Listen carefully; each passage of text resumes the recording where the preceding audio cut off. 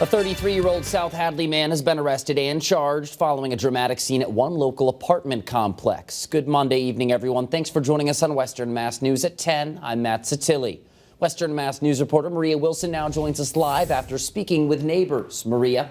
Matt, some neighbors tell us a strange smell coming from the suspect's apartment is what sparked the whole ordeal. I've never seen this before, I think, ever. Dave Dale, who lives in the area, calling Sunday's scene unprecedented for his neighborhood. When we first pulled out, there was just one or two cop cars there, and they were just seemed to be investigating something. And then when we came home, there was we probably came home about 7:30 last night, and there was literally probably 9 or 10 cop cars. There was probably about 2 or 3 fire trucks, an ambulance. Other neighbors say they saw officials in hazmat suits going in and out of the building's 3rd floor. South Hadley police now calling it an investigation of unknown chemical substances within an apartment.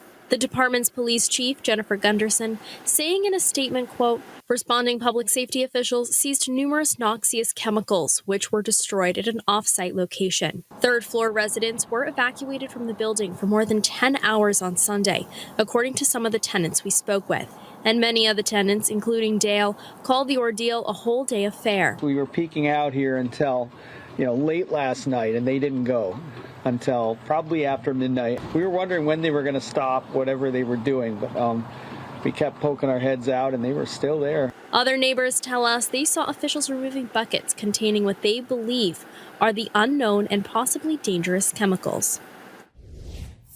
A number of local and state agencies are helping with the investigation, including the State Fire Marshal, the Northwestern District Attorney's Office, and other emergency response teams. Reporting live in studio, Maria Wilson, Western Mass News.